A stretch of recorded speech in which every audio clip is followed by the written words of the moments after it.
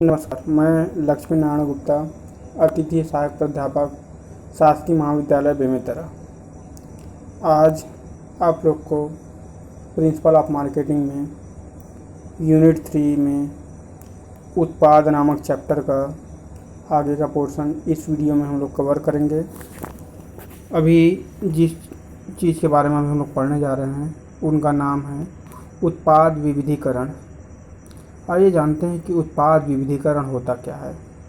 तो उत्पाद विविधीकरण से आशय एक निर्माता या वितरक द्वारा एक से अधिक उत्पादों का निर्माण या वितरण करना।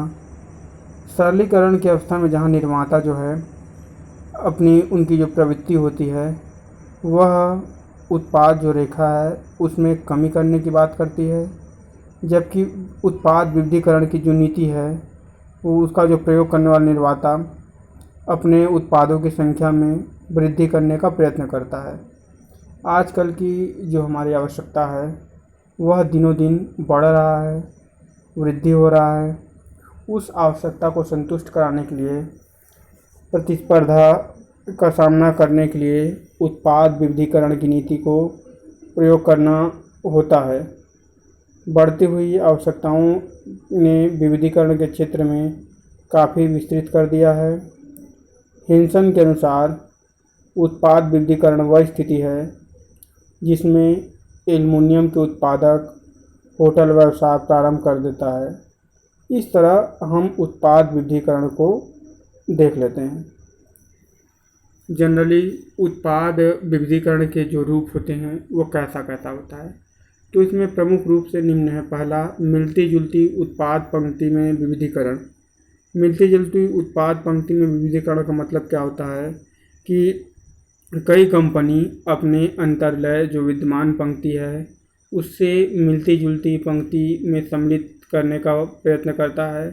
इसके लिए जो निर्णय लेता है उस निर्णय का निम्नलिखित दो कारण हो जाता है। पहला, कंपनी का ज्ञान का विशिष्ट करना।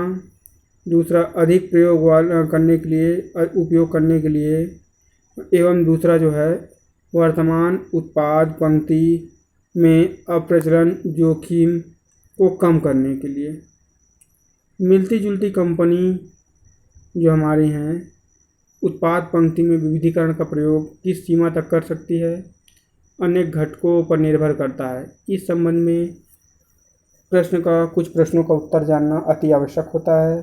इसमें पहला क्या है कि क्या इससे प्रति इकाई विक्रय या वितरण लागत में कमी होती है। दूसरा, क्या विक्रय शक्ति द्वारा मिलती जुलती पंक्ति को प्रभावी ढंग से बेचा जा सकता है। तीसरा, की बात करते हैं तो कितने संवर्धनात्मक व्ययों की आवश्यकता होगी। जो है नए प्रतिस्पर्धी कौन हैं, वह किस रीति नीति का प्रयोग कर रही है और उनसे क्या लाभ प्राप्त करते हैं। यह क्या नवीन पंक्ति के उत्पादों का वास्तव में विकास किया जा सकता है और उचित लागत पर उसका उत्पादन किया जा सकता है। इन प्रश्नों का उत्तर प्रबंध नवीन उत्पाद पंक्ति के लाभदायकता का अनुमान लगा सकते हैं। कहने का मतलब क्या है, जो मिलती जुलती कंपनी के जो उत्पाद पंक्ति है उसमें जो विविधीकरण का प्रयोग करते हैं तो क्या इसको बनाने का प्रयोग किया जाए। इसमें प्रति इकाई जो हमारा लागत है घटेगा कि बढ़ेगा, किस तरह से हमारे प्रतिस्पर्धी इसमें लाभ कमा रहे हैं, क्या विक्रय शक्ति इसमें प्रयोग किया जाएगा, ठीक है, कौन कौन से हमारे प्रतिस्पर्धी हो सकते हैं। इन तमाम बातों का इसमें उल्लेख हम करते हैं, जिक्र हम करते हैं। दूसरा जो हमारा है बिना मिलती जुलती उत्पाद पंक्ति के में विविधीकरण। तो कहने का मतलब क्या है, इसके अंतर्गत विभिन्न विद्यमान उत्पाद पंक्ति में बिना मिलती जुलती उत्पाद पंक्ति को उत्पाद अंतर्लय में जोड़ा जाता है। ऐसी पंक्ति को पूर्णतः भिन्न बाज़ारों में बेचा जाता है। इसका प्रयोग एक कंपनी तभी करती है जब नए बाज़ार के लिए उत्पादों का विकास, लाभप्रद संभावनाओं का पता चलता है। ऐसे विविधीकरण के लिए सावधानीपूर्वक अन्वेषण की आवश्यकता होती है। जब तक हम सावधानी नहीं बरतेंगे तब तक यह काम नहीं होगा, क्योंकि कंपनी के लिए उत्पाद और बाजार दोनों ही नए होते हैं।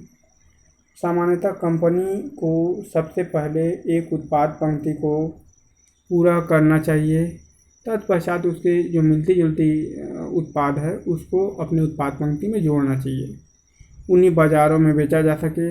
अंत में नए उत्पादों को नए बाज़ार में प्रस्तुत करने का विचार करना चाहिए। दूसरे शब्दों में हम कह सकते हैं कि जो विविधीकरण है सबसे पहले एक ही उत्पाद पंक्ति में करना चाहिए।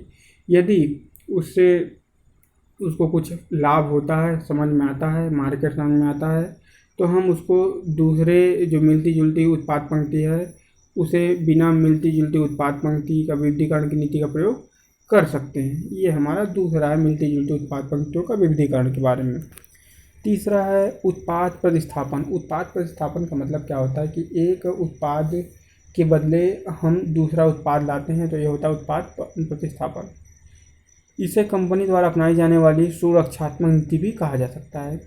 इसके अंतर्गत एक बाजार खंड से प्राप्त होने वाले विक्रय के स्तर को बनाए रखने का प्रयत्न किया जाता है, अतः पुराने उत्पाद जिनका विक्रय कम होने लगता है उनके स्थान पर उसी के प्रयोग में आने वाले नए उत्पाद को प्रस्तुत किया जा सकता है। दूसरे शब्द में हम ये कह सकते हैं कि पुराने उत्पाद के स्थान में नए उत्पाद का जो प्रयोग करते हैं, प्रस्तुति करते हैं, उसको उत्पाद प्रतिस्थापन बोलते हैं। ये तो था हमारा नीति की बात करते हैं।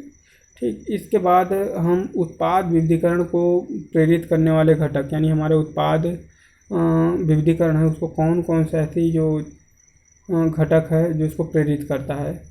तो पहला जो है उपयुक्त क्षमता। हमारे जो क्षमता है, उपयुक्त क्षमता, उसके अनुसार जो है हम काम कर सकते हैं। यदि हमारा क्षमता बहुत ज़्यादा है तो हम उसके हिसाब से वो काम कर सकते हैं, यदि हमारा क्षमता कम है तो हम उसके हिसाब से करेंगे।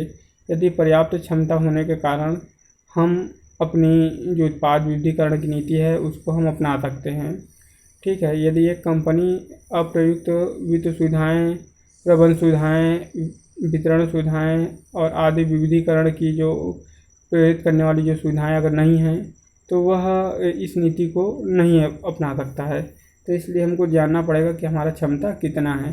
अगर उपयुक्त क्षमता रहेगा तो हमारी लाभदायक होगा, और उपयुक्त क्षमता नहीं रहेगा तो हमारी लाभदायक नहीं रहेगा। दूसरा है वैज्ञानिक व प्राविधिक परिवर्तन।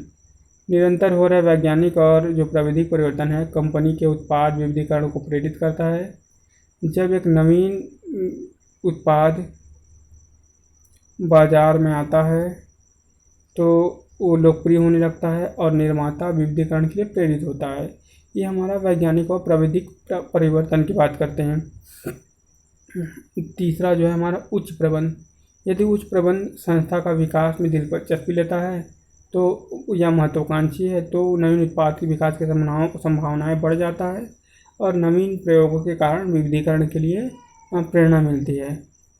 उपरोक्त के अतिरिक्त अधिकाधिक उपभोक्ता वर्ग आवश्यकताओं की संतुष्टि करने के लिए एकाधिकार प्राप्त करने की भावना से भी लोग विविधीकरण के लिए कंपनी जो है प्रेरित होता है। तो ये हमारा जो है वो उत्पाद विविधीकरण को प्रेरित करने वाले ये कुछ घटक हैं।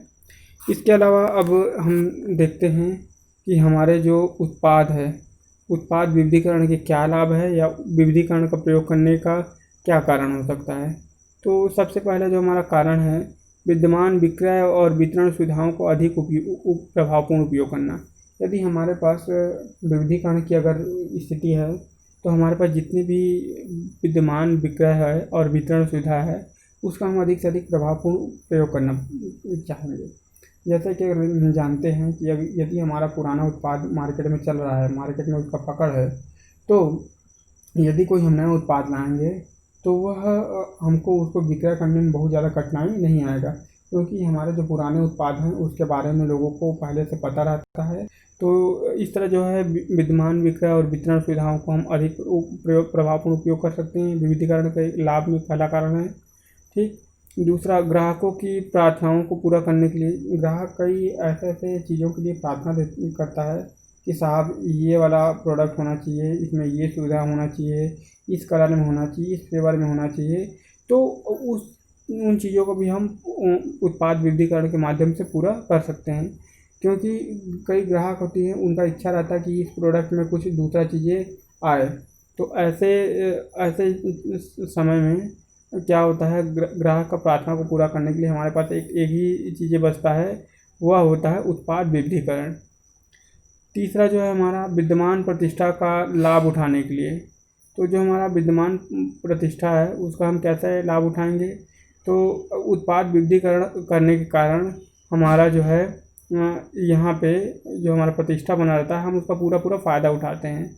जैसे अगर हम पतंजलि वगैरह की बात करें, तो पतंजलि अगर कोई नया प्रोडक्ट लाता है तो वह उसकी प्रतिष्ठा के कारण उसका विक्रय में कोई कमी नहीं रहता है, विक्रय में कोई कमी नहीं आता है। तो ये विद्यमान प्रतिष्ठा का लाभ उठाने के लिए फ़ायदेमंद होता है।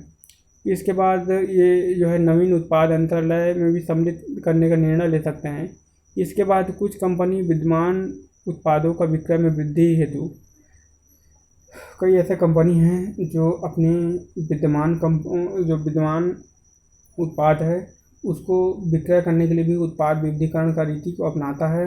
जो उनके पुराने प्रोडक्ट हैं जो अप्रभावी ढंग से या निष्क्रिय ढंग से पड़ा रहता है, तो कुछ कुछ नए चीज़ें उसमें चेंजेस करने के बाद वह जो है मार्केट में लाता है, विविधीकरण की प्रयोग करता है, जिससे उसकी वृद्धि में जिससे उसकी वृद्धि जो है ज़्यादा हो जाता है। वितरण वाहिकाओं की आवश्यकताओं को पूरा करने के लिए, देखो वितरण वाहिकाओं का जो लागत है वह पूरा करने के लिए हमको विविधीकरण का प्रयोग करने का हमारा एक कारण ये भी है कि जो वितरण वाहिकाएँ हैं वह हमारे आवश्यकताओं को पूरा करने में मदद करता है।